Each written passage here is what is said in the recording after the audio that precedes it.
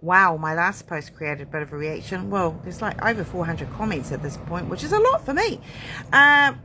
So I thought I would do a part 2 to answer a few more questions that were coming through, in case you want a bit more information. We had quite a few comments of people saying, oh, that was the best thing I needed to hear, and a few going, what unproven rubbish, kind of, yeah, there's no research to prove that type thing. So yeah, okay, I thought I'd go through some of the research, and yeah, go into a little bit more deep dive. So hi, I'm Kathy Fray, and I'm talking about the, my last post, which is when is the best time to give up work when pregnant. All right. And I did preface it by saying I have a really strong opinion on this.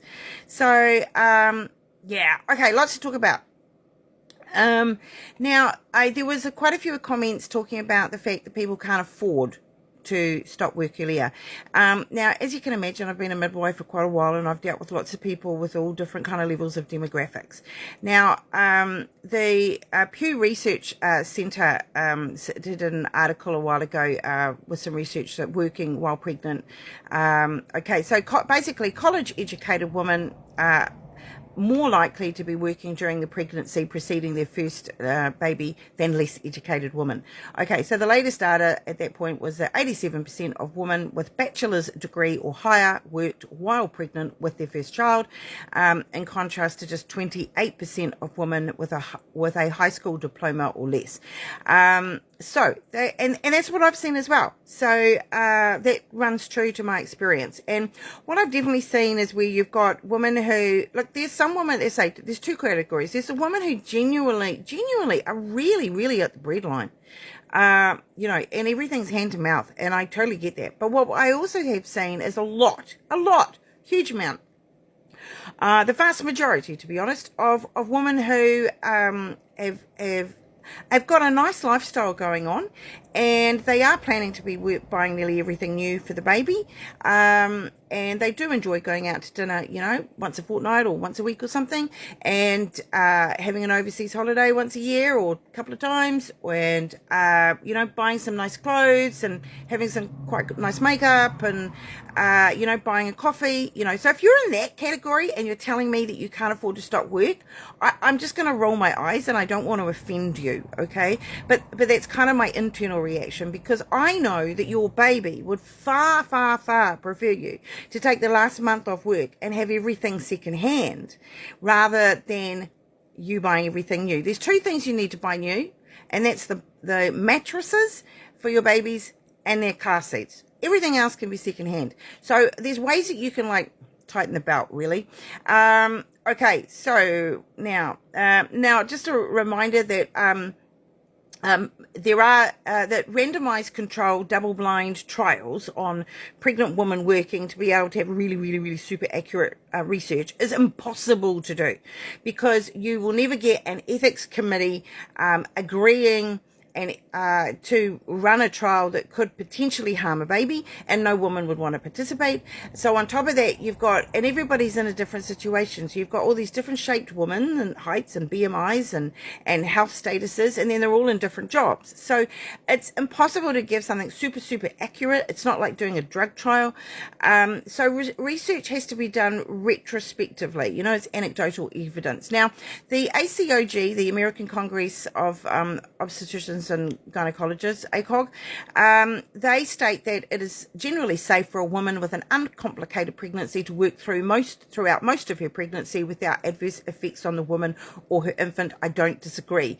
Yes, for a woman with an uncomplicated, that means low risk pregnancy, to work through most of her pregnancy. And that's what I'm saying too. Yeah, work through till, part-time at 28 weeks and not working from 32, which is a month before you're due, because you're due from 37 to 42 weeks. The EDD is not a due date. It's an estimated due date. It's a 40-week gestation date. You're due to give birth from 37 weeks onwards for a fully termed baby, and I'm asking you to have the month off before that. 32 to 37 weeks off, and working part-time from 28. So yeah, I'm not saying, we don't disagree with ACOG. Now, the National Library of Medicine published a study called Shift Work Effects and Pregnancy Outcome, and their comment was they observed long working hours increase SGAs, that's small for gestational age babies, meaning IUGRs, potentially, intrauterine growth restricted babies. And they concluded that shift work, this was just a study on shift work, appears to increase the incidence of preterm labour of premature babies. NEBER, NBER published maternal and fetal health effects on working during pregnancy study, and they reported robust, that's a big word to use in conclusions of research, robust evidence of an understudied significant link between gestational diabetes and physical work during pregnancy having adverse birth outcomes. Particularly, it's worsened by women who are having poor sleep, which generally is an outcome of having work intensity.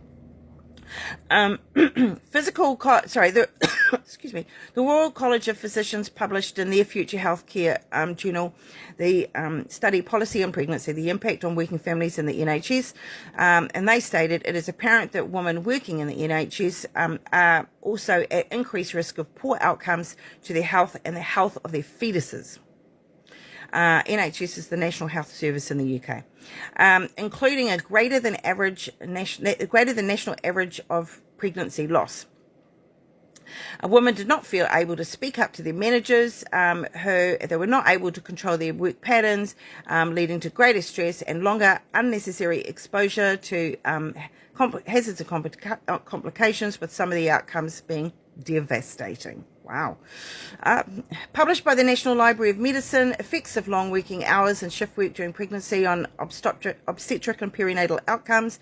That was a large study, a large cohort that concluded that moderate work increases the risks of threatened preterm labour, and longer work hours increase the risk of hypertensive disorders, including pregnancy-induced hypertension, which can lead to preeclamptic toxemia, and also longer work hours increase the risks of SGAs, so small for gestational IUGR growth restricted babies, and interestingly, instrumental deliveries. Now that means that there were higher rates of inductions, because it's the inductions that cause the higher rates of instrumental delivery. So these women had complications going on that led them to needing an induction, blah, blah. Okay, the worst culprits, not the only culprits, but the worst culprits are at work are needing to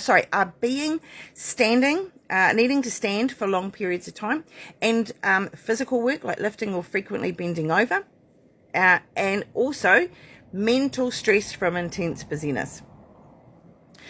If you have any preterm complications, any complications in pregnancy, obstetric complications, if you have any whatsoever going on, that is already your body indicating to you, it's telling you it's not coping very well.